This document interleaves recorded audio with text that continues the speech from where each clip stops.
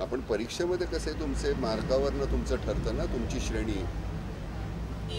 तुम्ही थर्ड क्लासमध्ये आहात, सेकंड क्लासमध्ये आहात, फर्स्ट क्लासमध्ये आहात, डिस्टिंक्शनमध्ये आहात, हे तुमचं मार्काप्रमाणे ठरतं. तर तुमच्या बुद्धीवर तुमची आता दाट ठरायला पाहिजे.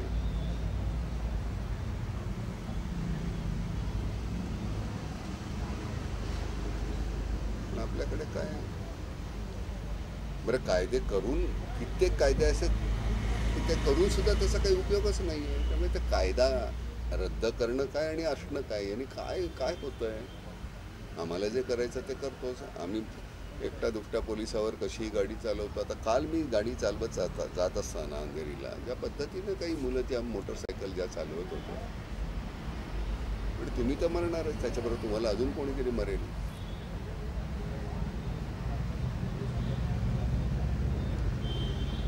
सगळीच तरुण पिढी तशी आहे असातला मुद्दा नाही आहे, पण काही अतिशय नाठाळ फार गलिच्छ वागतात. आणि शिक्षण हे एकमेव गोष्ट आहे की जोपर्यंत तुम्ही ते घेत नाही, सगळी मंडळी जी अशिक्षित आहेत मेनस्ट्रीममध्ये यायला पाहिजे सगळ्यांनी. त्याच्याशिवाय नाही आपल्याकडे काय होणार. जोपर्यंत मुख्य प्रवाहामध्ये सगळे धर्म पंथ जाती येत नाही आहेत. मला कायदा तोच पाहिजे जो तुला आहे, तुला कायदा तोच पाहिजे जो याला आहे. आपल्याकडे सगळे वेगवेगळे कायदे, तुला वेगळा मला वेगळा, काय करायचं.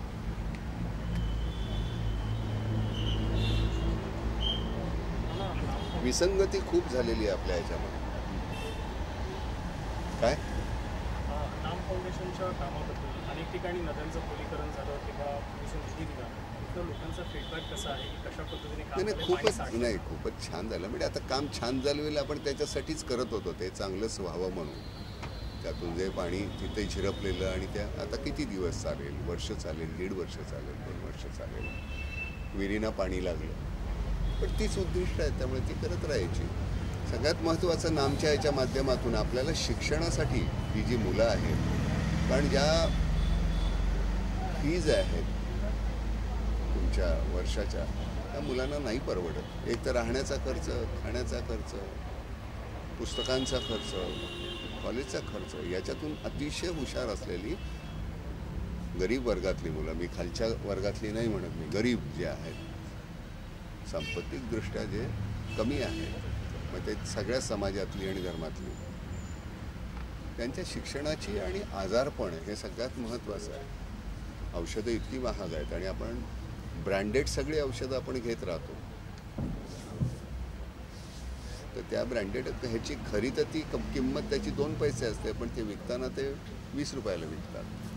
त्यामुळे ते मूळ जे कुठला घटक आहे त्याच्या आपण कुठली ती जेनरिक, त्याचा आता आपण काहीतरी सुरू करायचं आहे. आणि शिक्षणाचं, ही 2 महत्त्वाची गोष्टी आपल्याला करता आल्या तर, कारण काय हे पुन्हा आपला किती 2/3 समाज हा तिकडचा आहे, गरिबी याच्यातला, म्हणजे 66%. आणि हे काही मी किंवा आम्ही करून किंवा त्याने हे काम सतत अव्याहत करत राहायला पाहिजे.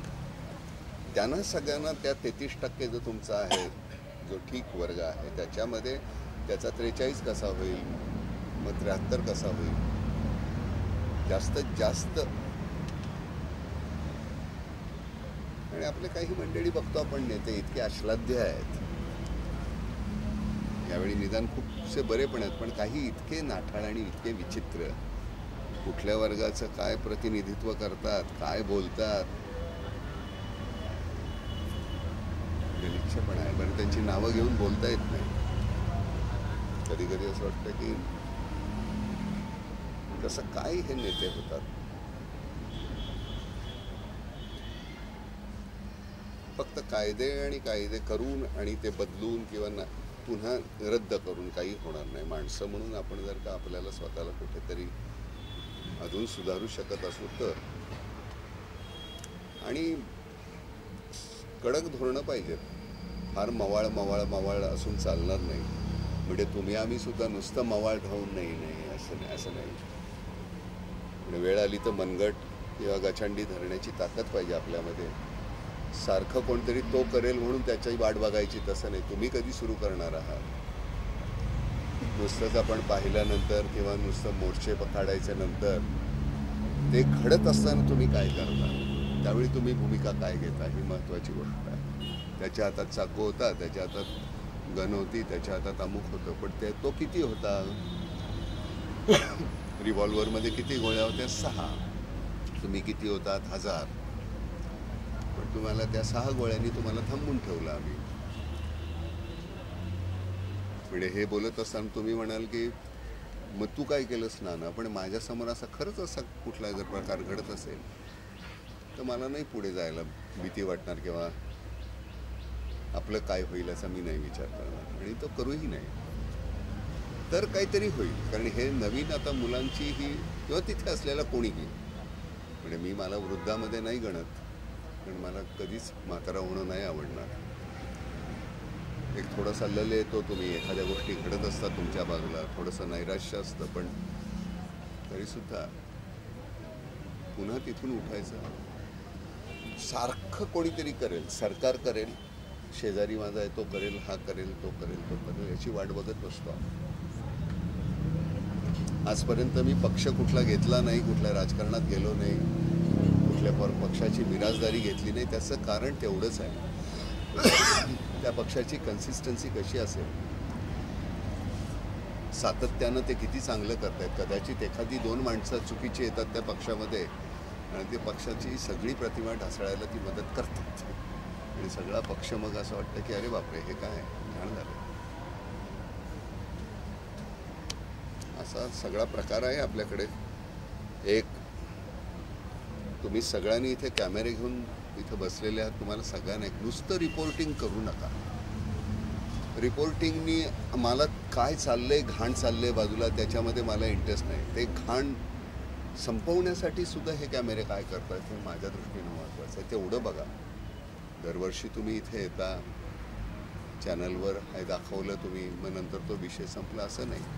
की कॅमेरा म्हणजे एक मोठी तलवार वाटली पाहिजे, त्याची भीती वाटली पाहिजे.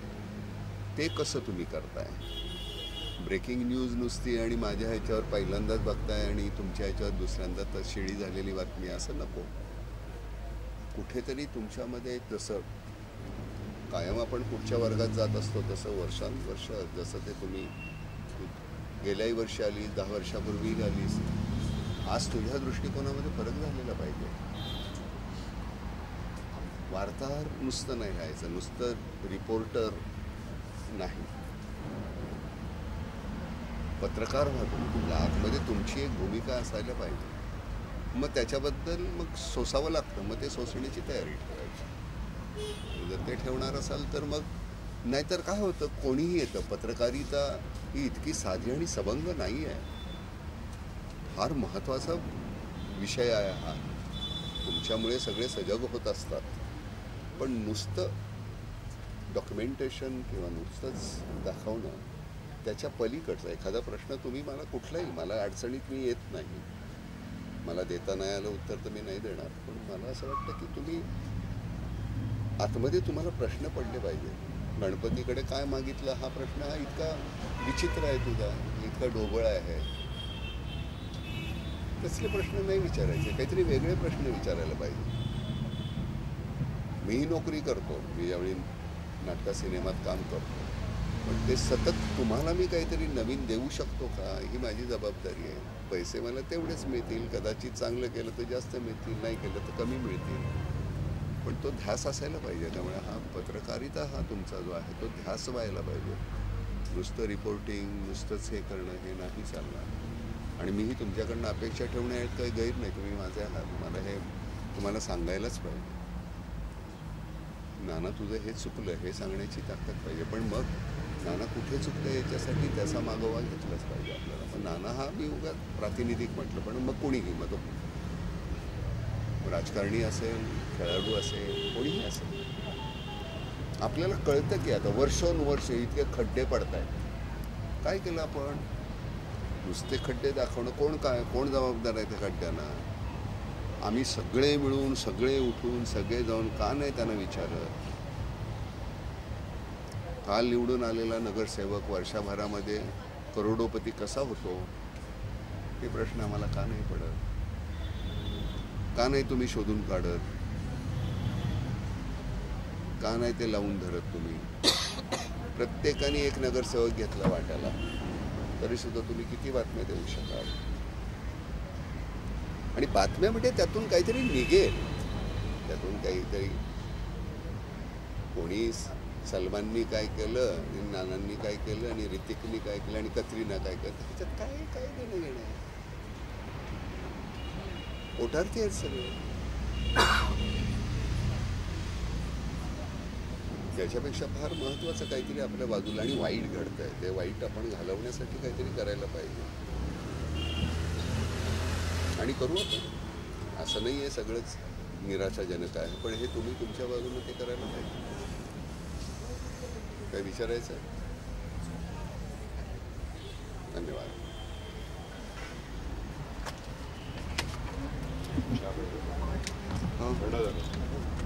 दुसरा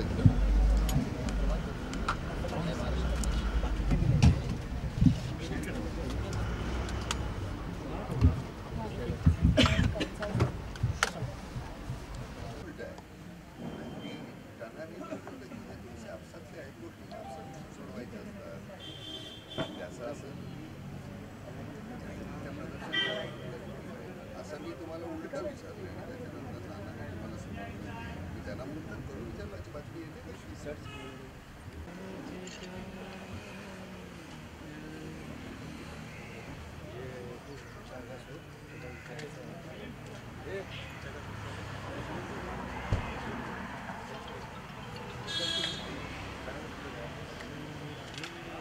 प्रकाश प्रकाश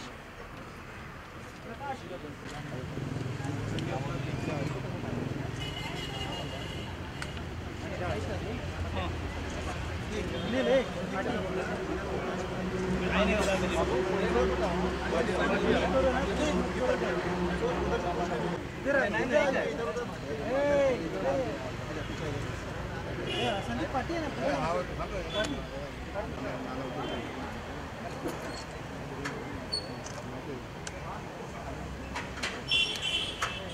दादा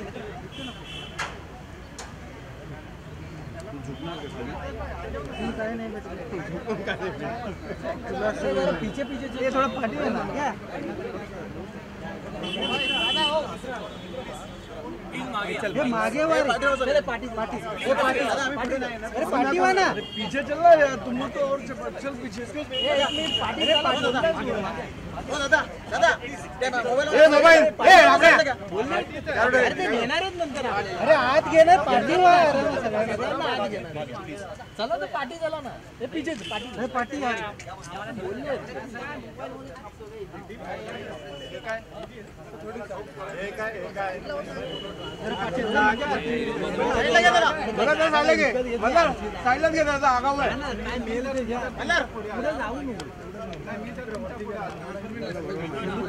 पुढे जाऊ नका रे मला एवढं ठीक आहे पार्टी के ना अरे हे पार्टी आगे मत जाओ खाली बस इथे उभे अनिल पुढे दाबू नको ना बघ कोणी रे पिछे आगे गणपती संदीप मागे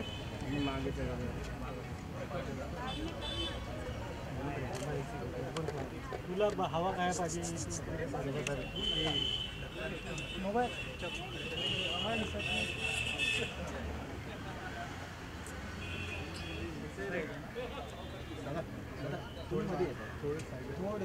थोडे पाठी फोटोग्राफर कॅमेरा काढ पाठी थोडं पाठी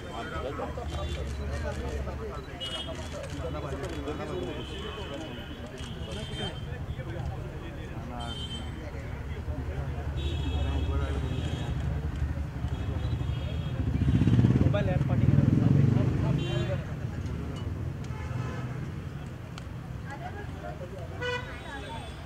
आणि मूर्तीवर कोणी आतमध्ये जाऊ नका सगळं इकडे नाही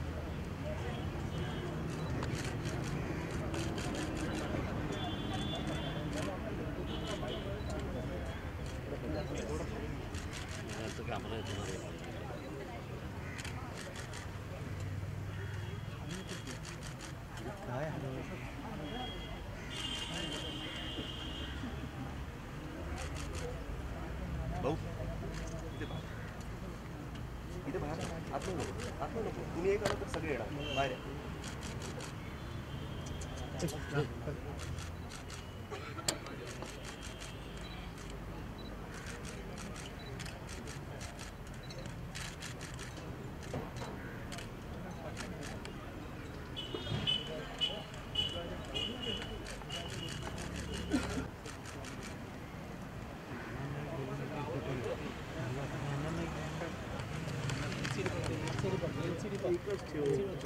हात दाब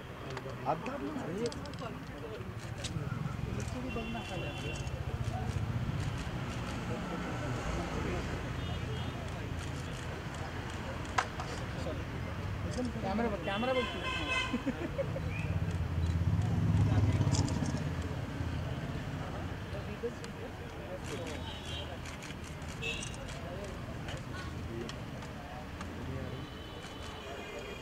पुढे जातो बॉडी पाठी ठेवलं पण पुढे जातो सरळ अनिल कॅमेरा नीचे तो रखने फोटो मारा ना अनिल अनिल बॉडी बोलतो कॅमेरा हाँ ना सर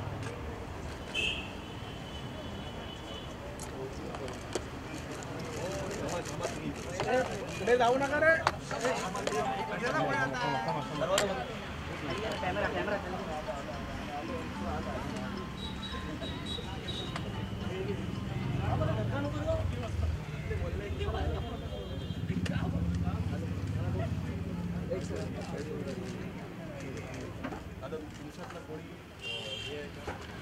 कॅमेरा कोणाला एकाला घ्यायचा आहे जे बाकीच्यांना देऊ शकतील व्हिडिओ व्हिडिओ मी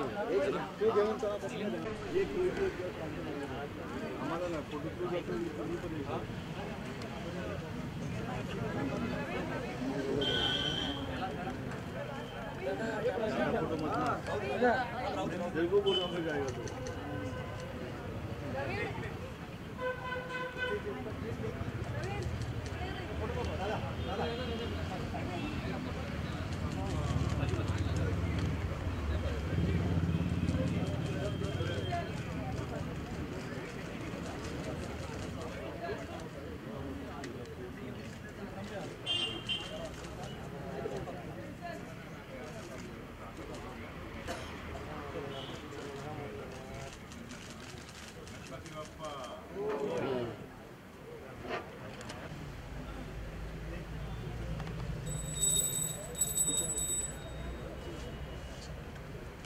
चला बाजूला बाजूला